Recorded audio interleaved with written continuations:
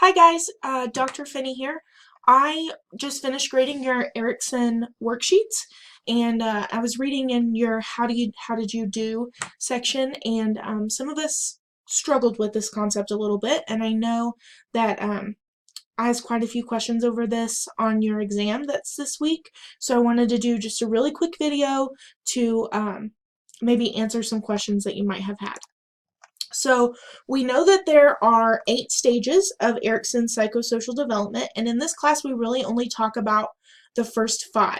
So number 1, everyone did pretty well on trust versus mistrust. This is what happens when you're a baby and you have to develop trust with your caregiver. So you want them to take care of you, you want them to feed you, change you, pick you up when you cry. So if they do those things, then you develop a sense of trust. But if they don't, you develop a sense of mistrust. So Erickson's theory in general is that at each stage in life, you are experiencing some sort of crisis.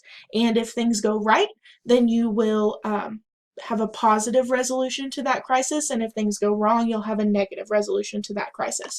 So if things go right and your caregiver takes care of you, you develop a sense of trust, and if it doesn't go right, you develop a sense of mistrust. And then in toddlerhood, you have autonomy versus shame and doubt. So your crisis is that you want to feel autonomous, but if you're not given that opportunity, then you'll often feel a sense of shame or doubt.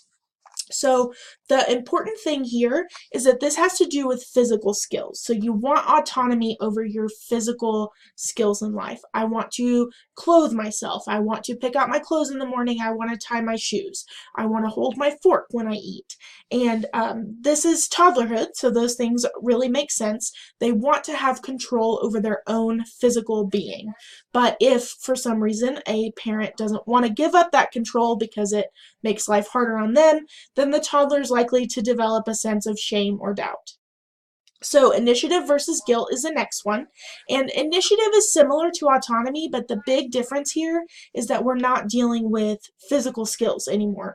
We're dealing with independence and taking initiative. So that's why you see in early childhood classes a lot that you are dealing with like centers where students get choice, because you really want to support that sense of initiative. And if you never give those kids a sense of initiative, then they're going to develop guilt. So they're going to have a negative resolution to that crisis. And then the other one, number 4, industry versus inferiority. So we're right here, number 4. This is middle childhood, and you want to learn new skills, and you want to be seen as competent. So you want to be successful at something, at anything. So I think this one we are going to look at. Okay, so let's go back here. So this is if I just typed in Google Images, Erickson's stages of psychosocial development, this will pop up. So this might be a good study tool for you if you just need something color-coded. And then this chart is especially helpful because it tells you which virtue develops if things go right. So if you're able to develop a sense of industry, then you're going to feel competent. Whereas if you don't have that ability to feel competent, then you're going to develop a sense of inferiority, according to Erickson. So the slides that follow have the examples from your worksheet on them. So we're going to talk through why some of these fit where they fit.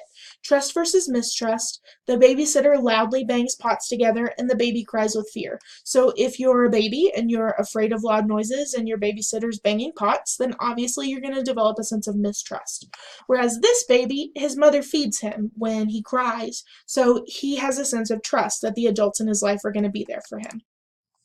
Autonomy versus shame and doubt. Remember, we talked about physical being the big key term here. So little Susan wants to feed herself, but her mother gets annoyed by the mess. So she doesn't give her that chance for autonomy. So she has a negative resolution because she's going to develop shame and doubt. Mrs. Ross purchases tennis shoes with Velcro closings rather than shoelaces so her children can take off their own shoes and put them on.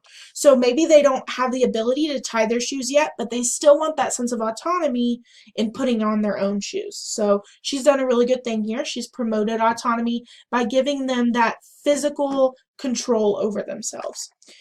Next, initiative versus guilt. A student wants to pour water in a clay bowl.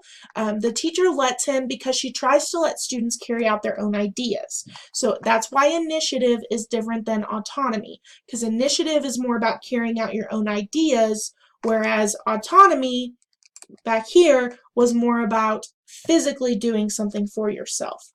So then we had industry versus inferiority. And there were a few of these. And in that, you want children to be able to develop a sense of success and a sense of competency. So a student completes a complex and involved science project. The teacher criticizes him for taking so much time. So they don't feel competent at that, and they're going to develop this negative sense of inferiority because they've had a negative resolution. Claire built a boat made of cardboard, so that's a task that she's actively doing, and then her parents launched and had fanfare, and yay, Claire, for building your boat. So you have a sense of industry there. And then the students in Mr. Jones' class selling candy, they feel competent. They feel able to complete some sort of work. Whereas if Mr. Jones said, hey, we're not going to do that, you guys aren't capable, then they might have developed a sense of inferiority. And then finally, we have identity versus role confusion. So this one is more, takes place in adolescence, and it's more about understanding your own thoughts and feelings about something. So if you're able to understand your own thoughts and feelings, then you develop your sense of identity. But if you're not able to explore that at all, then you're going to develop a sense of role confusion because you're going to have a negative resolution. So Ms. Clark believes that the classroom time should be spent on lessons and not a discussion of students' feelings. So if they're never able to discuss their feelings, then they don't have a sense of identity in her classroom.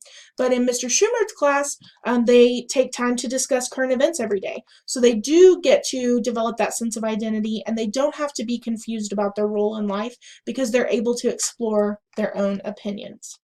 So I hope this helped. If it didn't and you're still feeling really confused, send me an email and I will try to send you some more resources, or if you want to come by office hours and talk about it, we can do that too. Sorry this video got a little lengthy, but if you need help, then hopefully it will help you.